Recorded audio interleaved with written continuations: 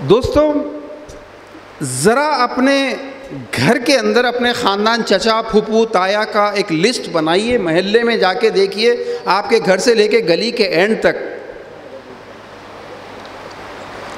کتنے کروڑ پتی ہیں، کتنے آئی اے ایس ہیں،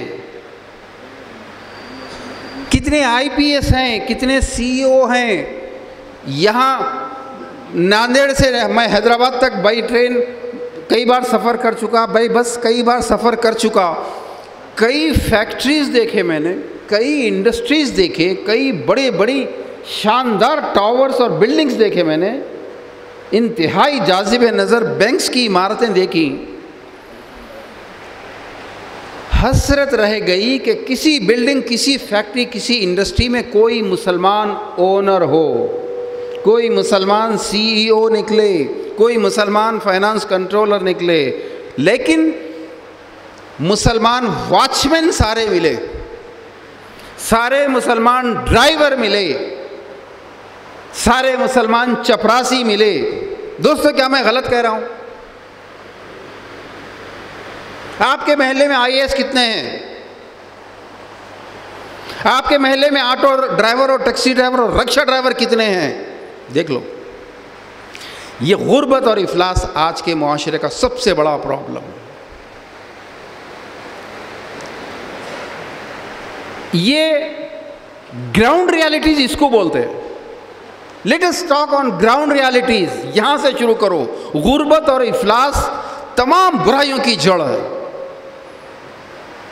ہم شروع ہو جاتے ہیں کہ جی ایمان کی کمی سے ہو رہا ہے، ہم شروع ہو جاتے ہیں جی تعلیم کی کمی سے ہو رہا ہے، ہم کہتے ہیں امپاورمنٹ نہیں ہونے کی وجہ سے ہو رہا ہے، ہم کہتے ہیں کہ جی پولیٹیکل یونٹی نہیں ہونے کی وجہ سے۔ یہ ہوائی باتیں مت کیجئے، پریکٹیکل بات کیجئے۔ ایک بہن کی شادی، بھائی ہیلپ لیسلی دیکھ رہا ہے۔ یہاں جتنے لوگ بیٹھے ہیں، کسی کے اکاؤنٹ میں 10,000 نہیں ہوں گے، کسی کے اکاؤنٹ میں 20,000 بھی نہیں ہوں گے، یقیناً 50 لاکھ والے بھی ہیں، لیکن ان کی تعداد 10% بھی نہیں ہے سوسائٹی میں۔ میں 10 بھی بہت زیادہ کہہ رہا ہوں۔ باقی وہ لوگ ہیں جن کے اکاؤنٹ میں کچھ نہیں ہوتا، لیکن کل اگر بیٹی کی شادی طے ہو جائے تو ان کو 2 لاکھ 4 لاکھ لانے پڑتے ہیں، گھر بیچنا پڑتا ہے، بھیک مانگنا پڑتا ہے، سود پہ لانا پڑتا ہے، کرتے ہیں وہ۔ لیکن میرے نوجوان بچوں کو دیکھ کر خون کے آنسو روتی ہیں دل کہ بہن کی شادی میں سب کچھ چلا جاتا ہے، بھائی کیا کرے گا؟ بے بسی سے دیکھ رہا ہے۔ پھر یہ 2 لاکھ 4 لاکھ 5 لاکھ 10 لاکھ اگر بھائی کو ملے تو وہ تاجر بنے گا۔ یہ رکشے والوں کی قوم، یہ آٹو والوں کی قوم نہیں بنے گی۔ ان بھائیوں کی پرورش کر کے، سارا پیسہ بہنوں کی شادی پہ لگا کے، ہم وہ غلام، وہ مسلمان غلام پیدا کر کے اس مارکیٹ میں دے رہے ہیں جو کہیں کلرک بن رہا ہے، کوئی میکینک بن رہا ہے، کوئی ٹیکنیشین بن رہا ہے۔ ہم غلاموں کی قوم پیدا کر رہے ہیں ان شادیوں کی وجہ سے۔ دوستو اتنی خودداروں کی قوم ہے ہماری، ہم ہر آدمی سے پوچھتے ہیں، ناندیڑ والے کہتے ہیں جی ہمارے پاس تو مانگتے کرتے کوئی نہیں ہے، اورنگ آباد والے کہتے ہیں ہمارے پاس تو بس ایک کھانا ہوتا ہے۔ جہاں بھی جائیے سب خوددار لوگ، سب کہتے ہیں لڑکے والوں نے مانگا نہیں تھا۔ ارے بابا جب مانگا نہیں تھا تو خرچ کیوں ہوا تمہارا؟ کوئی صاحب کہتے ہیں بڑے معصومیت کے ساتھ، میں نے تو بتا دیا ہمارے خاندان میں تو جہیز لیتے ہی نہیں ہے، ہم نے صاف کہہ دیا تھا جو بھی دینا ہے اپنی بیٹی کو دے لو، ہم کو نہیں چاہیے۔ یہ مہذب بھکاری، یہ کلچرڈ بیگر، ان کی وجہ سے لڑکی کو سب کچھ جاتا ہے، بھائی بے بسی سے دیکھ رہا ہے، یہ بھائی کو پیسہ مل جاتا۔ اندازہ لگائیے یہ قوم ٹھیلے پہ موز بیچنے والی قوم نہیں ہوتی، یہ قوم کا ہر آدمی ایک تاجر ہوتا۔ لیکن انفارچونیٹلی جب یہی بھائی شادی کرنے کا وقت آتا ہے، کسی اور گھر میں وہی ڈاکہ مارتا ہے جو ایک بھونئی اس کے گھر پہ ڈاکہ مار چکا ہے، اور ظلم کی انتہا ہے۔ ہم لوگ ایک سیاسی لیڈر کو جو بہت بڑا لیڈر ہے ملک کا، اس کو سب سے بڑا جھوٹا کہتے ہیں، پھیکو کہتے ہیں، اس سے بڑے جھوٹے ہمارے بیچ میں جو یہ کہتے ہیں کہ خوشی سے دیا گیا ہے۔ یہ ہیں اصل جھوٹے۔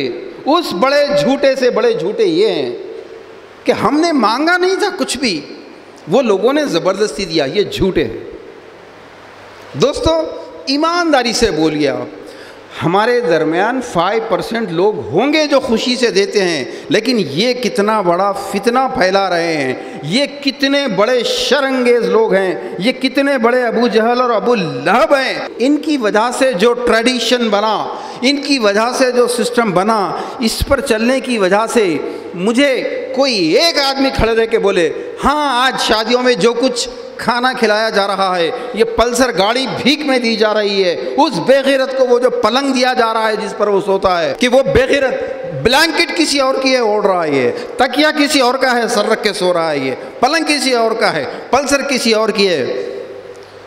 دوستو ایمانداری سے بولیے، کیا یہ خوشی سے ہو رہا ہے؟ کوئی ایک آدمی کھڑے رہ کے بولے یس ہو رہا ہے، میں اپنی تقریر بند کر دوں گا آج۔ کیا ہم لوگ دھوکہ نہیں دے رہے ایک دوسرے کو؟ کیا ہم مودی سے بڑے جھوٹے نہیں ہیں؟ تو دوستو کیا یہ خوشی سے ہو رہا ہے؟ یہ دھوکہ ہے۔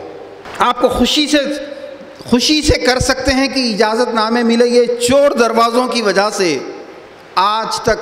اور اگر آج آپ میری بات کو غور سے نہیں سنیں گے تو 10 تا 15 سال یہ بات، میرے نوجوان دوستو تم لوگ لکھ لو آج جا کے، نیکسٹ 10 to 15 ایئرس میں آج آپ 2nd کلاس سٹیزن ہیں، 3rd کلاس ہیں، آپ کی آنے والی جو میری عمر میں پہنچ چکے ہیں، آپ کی نواسے، آپ کے پوتیاں 3rd کلاس اور 4th کلاس سٹیزن بننے والے ہیں۔ اکنامکلی اور مورلی جو آج ہریجن جس اسٹیج میں ہے، اس سے زیادہ گری ہوئی قوم یہ ہوگی اگر نیکسٹ 10 to 15 ایئرس میں آپ نے یہ حل نہیں کرا۔ کیوں؟ ہم یہ حل آپ کے پاس تھا، آپ گئے علماء کے پاس، آپ گئے مفتیوں کے پاس، انہوں نے کہا خوشی سے دے سکتے، بلکہ چور دروازہ کھول دیا۔ جو کروڑ پتی ہے وہ 50 لاکھ خرچ کرے، جس کے پاس 10 لاکھ ہیں وہ 5 لاکھ خرچ کرے، جس کے پاس نہیں ہے وہ بھیک مانگے، وہ چوری کرے۔ اس مجموعے میں کم سے کم 150-200 وہ لوگ ہیں جو یہ کہیں گے کہ ہمارے ابا کا ایک بہت بڑا پلاٹ فلاں جگہ تھا، بہت بڑا گھر فلاں جگہ تھا، آج ہوتا تو کم سے کم 1 کروڑ کا ہوتا۔ بڑی آپا کی شادی کے وقت بکاؤ، ایم آئی رائٹ؟ ہمارے ابا کی ایک لاری تھی، بڑی آپا کی شادی میں بکی۔ میں صحیح بولوں گا؟ دوستو یہ شادیاں، اس کا حل اگر آپ نے آج یہ فیصلہ کر کے آپ نہیں اٹھے اور ایسے ہی تقریریں سنتے رہے، آپ نیکسٹ 10 to 15 ایئرس میں آپ کی اولادیں تلنگانہ میں 12% ریزرویشن کی بھیک مانگ رہی ہیں، مہاراشٹرا میں 4% کی بھیک مانگ رہی ہیں۔ یہ کون سی بھیک مانگ رہی ہیں؟ B C quota, B C means backward classes کا کوٹا، کہ ہم کو بیکورڈ کلاسز کے برابر درجہ دو۔ یہ بھیک مانگ رہے ہیں آپ۔ کیوں؟ آپ وہ چیز دینے کے لیے پیدا کیے گئے تھے جو ان کے پاس نہیں تھی۔ آج گجرات کی ایک ویڈیو، 2-3 منٹ کی ویڈیو واٹس ایپ پہ سرکولیٹ ہو رہی ہے مستقل۔ وہ لوگ قسم کھا رہے ہیں کہ کسی مسلمان کی دکان سے ہم کوئی چیز نہیں خریدیں گے۔ آپ نے دیکھا ہے؟ وہ کئی لوگوں نے دیکھا ہے۔ اس کو ہندو مسلم دشمنی پہ مت وہ کیجئے، اس پراسپیکٹس میں دیکھیے کہ آپ کو اللہ تعالیٰ نے ان کو دینے کے لیے ایک چیز دی تھی۔ جب آپ ان کو دے نہیں سکتے تو وہ آپ سے کوئی چیز، دوسری چیز لینا نہیں چاہتے۔ ان کو دینے کے لیے اللہ تعالیٰ نے آپ کو رسول کریم صلی اللہ علیہ وسلم کی ایک ایسی سنت دی تھی، ایک ایسی سنت جو اس دنیا کی غربت اور افلاس کا مکمل حل ہے۔ سوائے نکاح کے، سوائے سنتائز نکاح کے کوئی ایسا سولوشن دنیا میں نہیں ہے جو غربت اور افلاس کا علاج کرے گی۔ برازیل جائیے، ساؤتھ امریکہ جائیے، افریقہ جائیے، ہندوستان، بنگلہ دیش، کہیں بھی جائیے، غربت و افلاس آج کا سب سے بڑا پرابلم ہے۔ دنیا کی 71 یا 72% آبادی گوگل پہ دیکھیے، ایک وقت کا کھانا کھانے کی صلاحیت رکھتی ہے۔ اس غربت کا علاج تھا النکاح من سنتی۔ رسول اللہ صلی اللہ علیہ وسلم فرماتے ہیں التقویٰ ہا ہونا، ایسا سینے پہ ہاتھ مار کے بتایا، تقویٰ یہاں ہے، یہاں پوچھ۔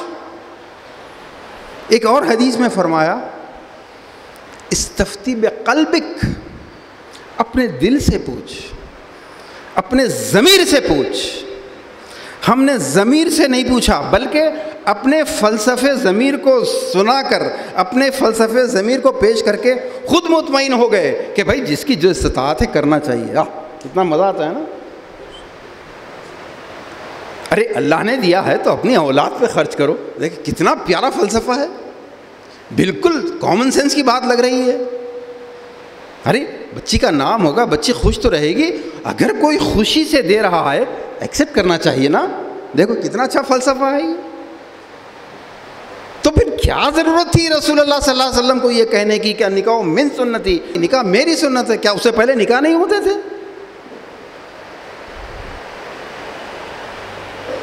ہم نے اپنے ضمیر کو کبھی مولانا کے فتوے سے، کبھی مفتی صاحب کے فتوے سے، کبھی ہمارے خاندان کے بزرگ، ان لوگوں کی نصیحتوں سے مطمئن کرتے رہے، ضمیر سے پوچھا نہیں کبھی۔ آئیے آج پوچھتے ہیں کہ اپنے ضمیر کی عدالت سے پوچھ کے بتائیے، اللہ کے رسول کی محبت کے معاملے میں جو ذرا سا پیچھے ہوتا ہے صرف بائیکاٹ نہیں ہوتا دوستو۔ میں تو ایک ایسی مثال دوں گا جو غلط ہے مگر ایگزسٹ کرتی ہے، کہ ایک بریلوی جو فاتحہ نہیں دیتا اس کو کس نظر سے دیکھتا ہے؟ ایک دیوبندی جو اگر کوئی شخص 3 طلاق کو نہیں مانتا کس نظر سے دیکھتا ہے؟ ایک اہل حدیث کسی درگاہ پہ جانے والے کو کس نظر سے دیکھتا ہے؟ ایک شیعہ جو کربلا کے نہیں ماننے والے کو، کربلا کے کہانیوں پہ یقین نہیں کرنے والے کو کس نظر سے دیکھتا ہے؟ اس کو کیا کہتے ہیں؟ میں تنقید نہیں کر رہا ہوں، آپ کے ضمیر سے پوچھ رہا ہوں کہ یہ جو آپس میں مسائل پر ایک دوسرے سے جو بھی ایٹیٹیوڈ ہے، اس ایٹیٹیوڈ کو کیا کہتے ہیں؟ اگر یہ نفرت، اگر یہ تعصب، اگر یہ اختلاف اس بنیاد پر ہے کہ اللہ کے رسول سے جتنی محبت مجھے ہے اس کو نہیں ہے لہٰذا میں نفرت کروں گا، جس سنت کو آپ صلی اللہ علیہ وسلم نے کہا کہ یہ میری سنت ہے، اس سنت کے خلاف کرنے والوں کے خلاف آپ کے دل میں کتنی نفرت ہونی چاہیے؟ جس چیز کی کوئی بنیاد نہیں، فاتحہ درود کی کیا بنیاد ہے؟ کیا اسلام کھڑا ہوتا ہے اس پہ؟ ہاتھ یہاں باندھیں یہاں باندھنے کی کیا بنیاد ہے؟ 3 طلاق کی کیا بنیاد ہے؟ کیا اس سے اسلام کھڑا ہوتا ہے؟ کیا اس سے غیر مسلم اسلام میں داخل ہوتے ہیں؟ نہیں۔ لیکن اگر آپ کی بیٹی حضرت فاطمہ کی طرح ودا ہو، اگر آپ کا بیٹا مہر علی، مہر پہلے پیش کرے جا کے اس کے بعد کسی کی لڑکی کو لے کر آئے، 85 کروڑ لوگ آپ کے اسلام میں داخل ہو جائیں گے۔ ادروائز کوئی کربلا کے قصے سن کر اسلام میں نہیں آ سکتا، کوئی محض فاتحہ درود کی وجہ سے اسلام میں نہیں آ سکتا۔